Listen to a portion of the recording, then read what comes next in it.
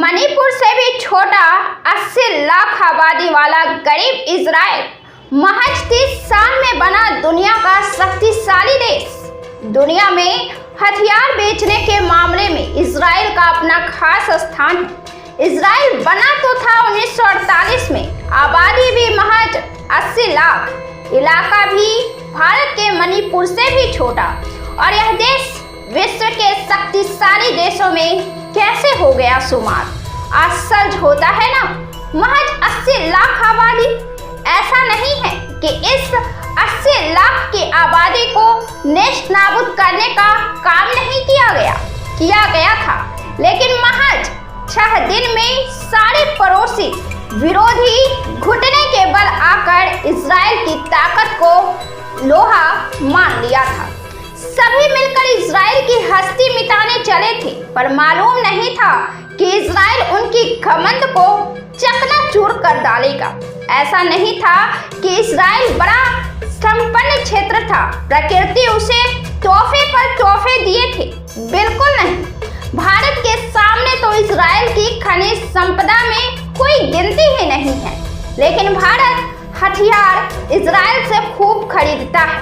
आजकल यह चौथे नंबर पर है भारत के हथियार खरीदने वाले देशों में।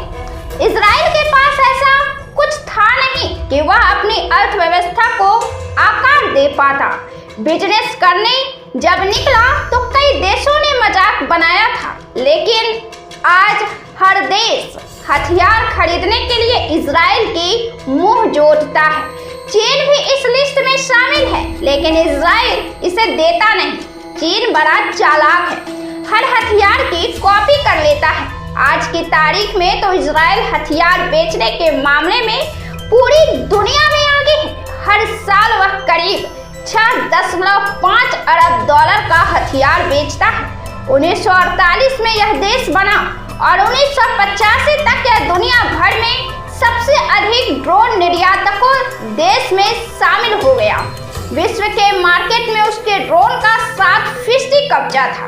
अब सवाल यह है कि इजराइल जैसा देश, जिसके पास अपनी अर्थव्यवस्था को आकार देने के लिए कुछ भी नहीं था, उसने दुनिया की सबसे आधुनिक सेना कैसे तैयार कर ली? आधुनिक हथियार कैसे तैयार कर लिए और कैसे दुनिया का शक्तिशाली देश बन बैठा? इजराइल अपने देश में नागरिक नहीं, सेना तैयार करता है। वहाँ के हर नागरिक के लिए सेना में सेवा देना जरूरी है। मजे की बात यह है कि इजराइल खुद को आधिकारिक तौर पर कभी परमाणु शक्ति संपन्न देश नहीं कहता है, लेकिन माना जाता है कि उसने 70 के दशक में ही परमाणु हथियार हासिल कर लिए थे। आर्म्स कंट्रोल एसोसिएशन की एक रिपोर्ट के मुताबिक इजराइल के पास कुल 80 परमाणु हथियार है। यह संस्था वाशिंगटन में स्थित है। कहा यह भी जाता है कि अमेरिका का रास्ता इजराइल से होकर गुजरता है। यरूशलेम पोस्ट के पूर्व संपादक याकूब काट्स ने the weapon visuals how Israel become a high tech military super power नाम की एक किताब लिखी है। इस किताब में वे इजराइल से जुड़ी हुई कई रोचक बातें बताते हैं।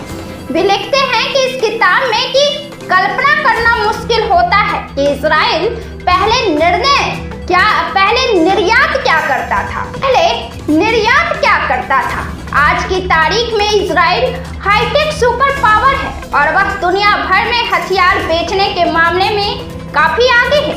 हर साल वो करीब 6.5 अरब डॉलर हथियार बेचता है। वे इस किताब में यह भी बताते हैं कि 2010 में 5 नेटो देश अफगानिस्तान में इजरायली ड्रोन ही उड़ाते थे। अर्थव्यवस्था की स्थिरता में सबसे टॉप पर जो देश आते हैं, उसमें भी इजराइल शामिल है। हांगकांग, दक्षिण कोरिया और इजराइल की अर्थव्यवस्था स्थिर मानी जाती है। अब ये स्थिर अर्थव्यवस्था क्या है, जरा उसे भी समझ लीजिए। स्थिर अर्थव्यवस्था का मतलब होता है कि शून्य महंगाई दर और बेरोजगारी में भारी कमी। इजराइल की अर्थव्यवस्था की कुल जीडीपी 318.7 अरब डॉलर और इसकी अर्थव्यवस्था की वृद्धि दर भी लगभग 4% के आसपास है। इजराइल के मजबूत होने के पीछे की रणनीति उसके शोध कार्य में छिपी हुई है। इजराइल 4.5% अपनी जीडीपी का अपने शोध कार्य पर खर्च करता है। इजराइल को पश्चिम के देश मध्य पूर्व में एक ठिकाने के रूप में सुरक्षित क्षेत्र माना जाता है। पहली ऑपरेशनल एरो मिसाइल बैटरी 2000 में इजरायली एयरफोर्स को मिली थी और वह इसके साथ ही वह दुनिया का पहला देश बन गया था जिसने दुश्मन देश की मिसाइल को रास्ते में ही नष्ट करने की क्षमता हासिल कर ली थी। इजराइल के एरो को आइडिया अपने आप में कमाल का था। इजराइल क्षेत्रफल के मामले में बहुत छोटा देश है जिसके पास खाली जमीन का अभाव है। यह बैलिस्टिक मिसाइल की तुलना में काफी प्रभावी है। इजराइल जासूसी में भी कमाल का है। इजराइल ने बहुत कम समय रहते बड़ी उपलब्धियां हासिल की है। इजराइल ने 1989 में ही अंतरिक्ष में पहला जासूसी उपग्रह छोड़ा और यह उस 8 देशों के उस खास समूह में शामिल हो गया जिनके पास स्वतंत्र रूप से उपग्रह प्रक्षेपण की क्षमता है। शुरुआत में कहा जा रहा था कि इजराइल शायद ही इस क्लब में शामिल हो सकेगा। अब तो इजराइल इस क्षेत्र में काफी आगे निकल चुका है। अभी अंतरिक्ष में उसके 8 जासूसी उपग्रह हैं और कहा जाता है कि दुनिया भर में इजराइल के जासूसी उपग्रह का कोई जवाब नहीं है। इजराइल अपने मार्कवा टैंक के लिए भी जाना जाता है। इसे इजराइल डिफेंस फोर्स ने साल 1979 में शामिल किया गया था। इसे पूरी तरह से इजराइल में विकसित किया गया है। इसके पास तकरीबन 1600 मरकबा टैंक है। इजरायली एयरफोर्स के पास F-15I थंडर लड़ाकू विमान है। मध्य पूर्व में F-15I को काफी घातक लड़ाकू विमान माना जाता है। इसमें हवा से हवा में मार करने की क्षमता है। इजराइल के पास जेरिको 3 परमाणु प्रतिरोधक क्षमता है। जेरिको 1 बैलिस्टिक मिसाइल को इजरायली सेना में 1970 के दशक में शामिल किया गया।